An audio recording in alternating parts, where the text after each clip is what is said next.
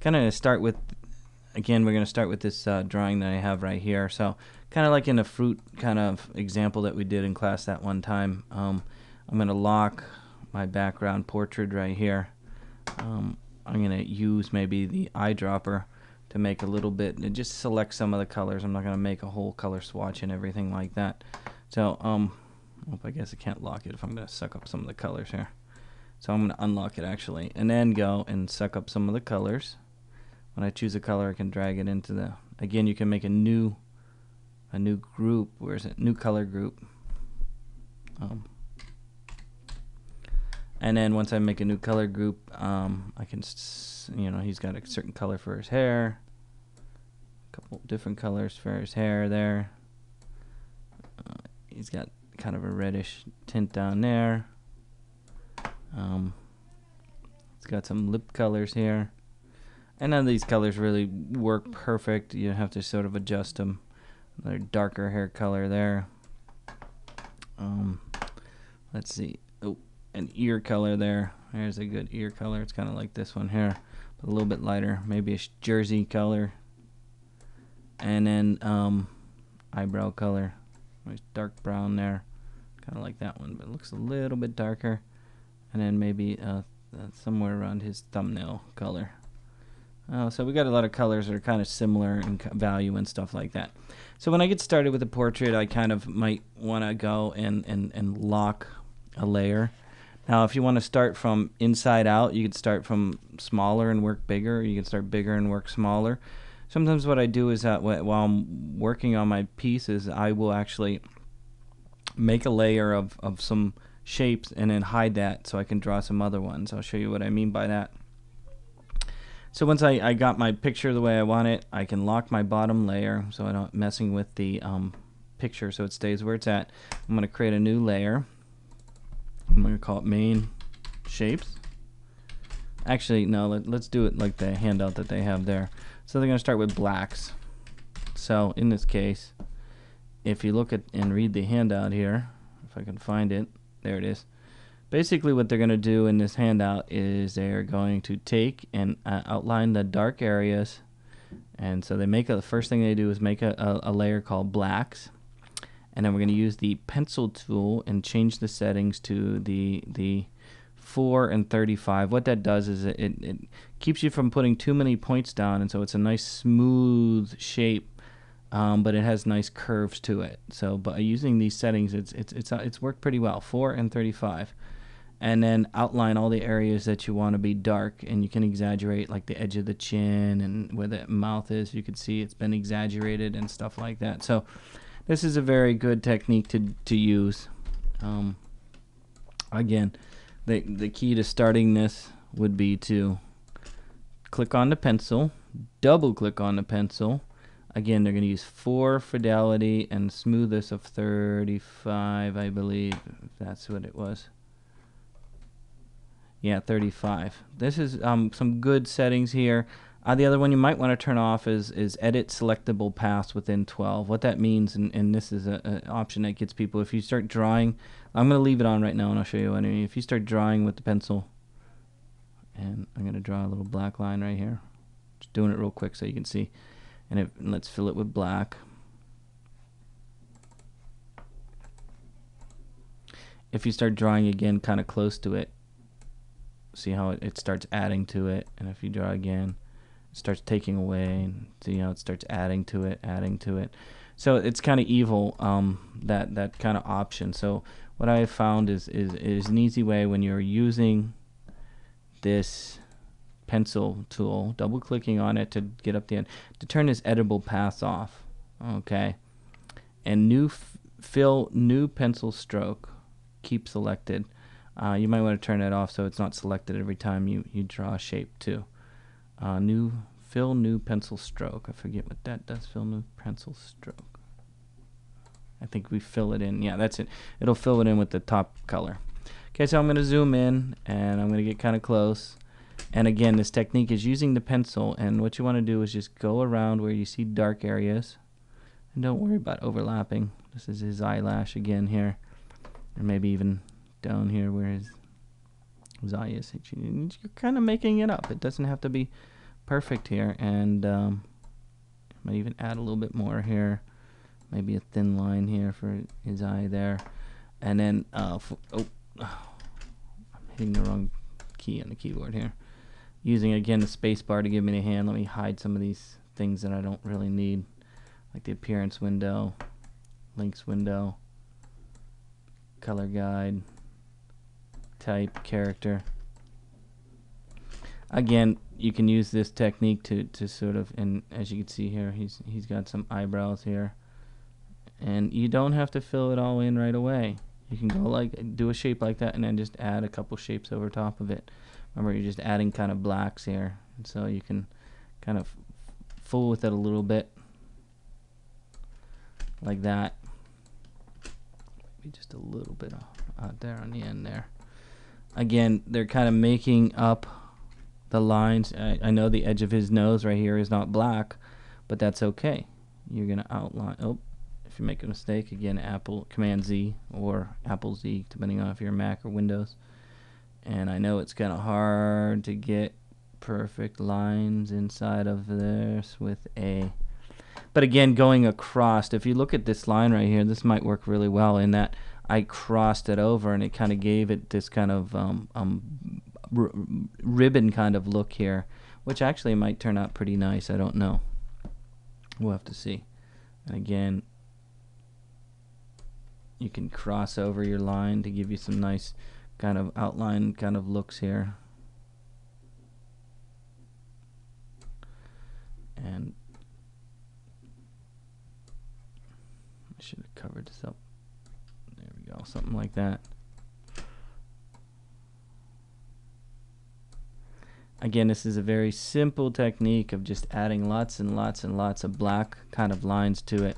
So let me go through it. You kind of get the idea, and I'm gonna do a couple more of this, and then when I'm all done, I'll show you what the other parts are, where you can just add more shapes and more shapes. It just takes a lot of time, at least with this technique, and kind of outlining what you're looking for here.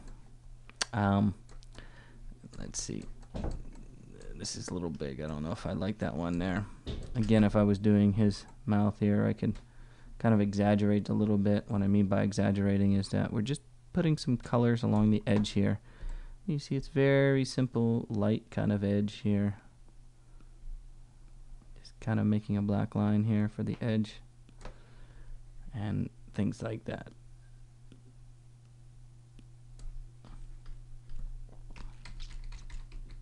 And he looks kind of like a pirate now, doesn't he? But that's okay. And remember, we're doing an illustration here, and so you know, you're looking to exaggerate the shapes and things like that. So I'm not going to go through and do everything.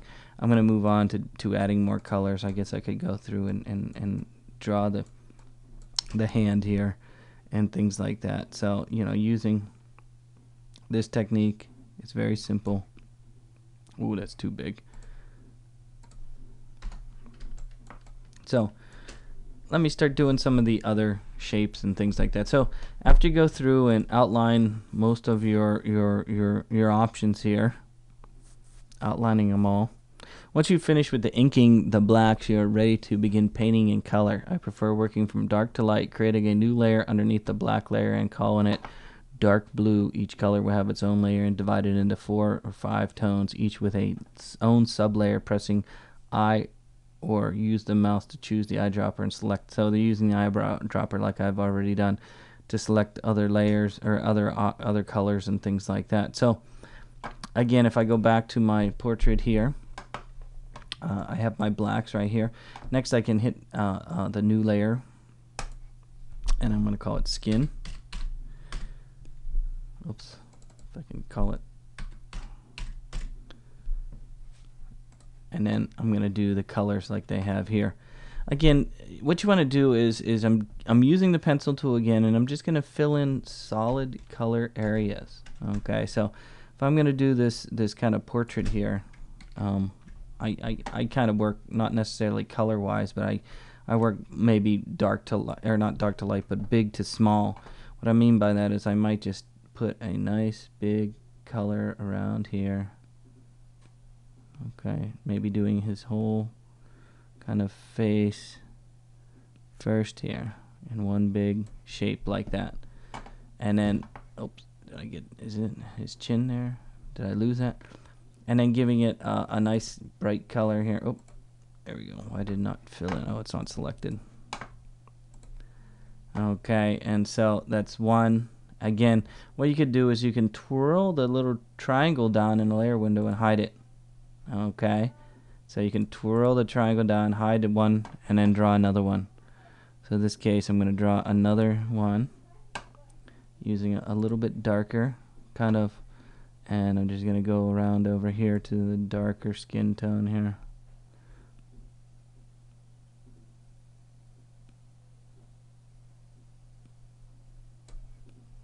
Something like that. And so let's see what the one underneath it. Oh, not very good.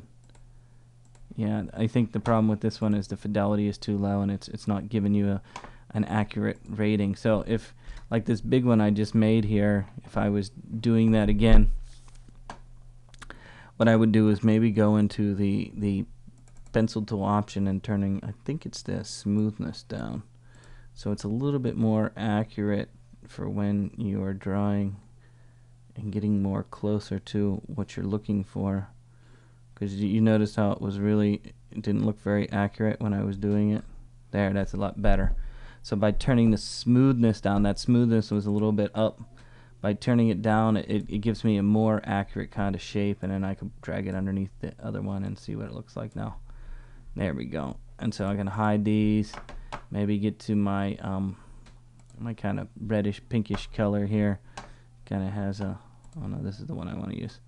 So he's kind of this face kind of color here. Even his nose has this kind of color to it. Okay, and then hide that. Don't worry what it looks like at that point. What you want to do is turn the eyeball off and do another one. I'm going to do a little bit darker kind of color around here. There we go. Hide that. Don't worry, hide it.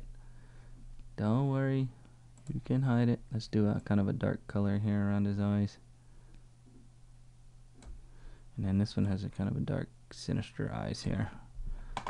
And then hide those. Really light. I want to get a kind of a color between these two. Let me make one out of this. Do a little bit lighter. There we go. Kind of give it kind of a look down here.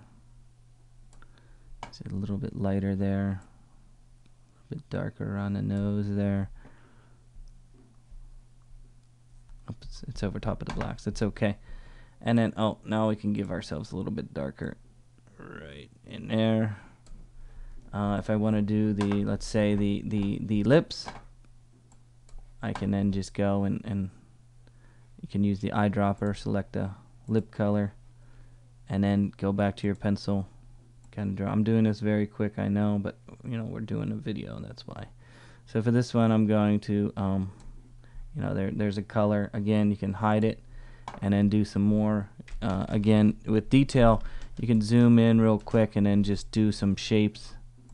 It's a little bit reddish color there. Let's make it a little bit darker red.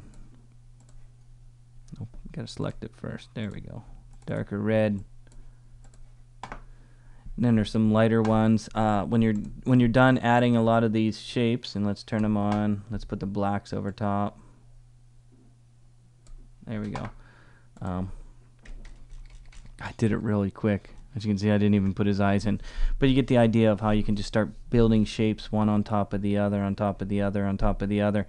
And then when you're all done with that, you know, fine details are very easy to do. Putting up a new layer here. Another technique would be to use the paintbrush. Again, when you're using the paintbrush, there's a whole bunch of different types of brush styles here. Why am I not getting a paintbrush style here? Why am I not getting a paintbrush? Brushes. Okay, a lot of people will use, you know, all the different kind of brushes that we have. Again, in the brushes, you can go to the brush library, and there's a whole bunch of different types of Bristol brushes, vector brushes, grunge brush. We'll make ourselves a hairbrush in a little bit, and another. In this case, I'm going to try and use, I don't know, let's try charcoal. Let's try one of these and then zoom in. Again, for the lips, a technique might be to use, let's get a little bit lighter color here. And again, going with the ooh, that's too big.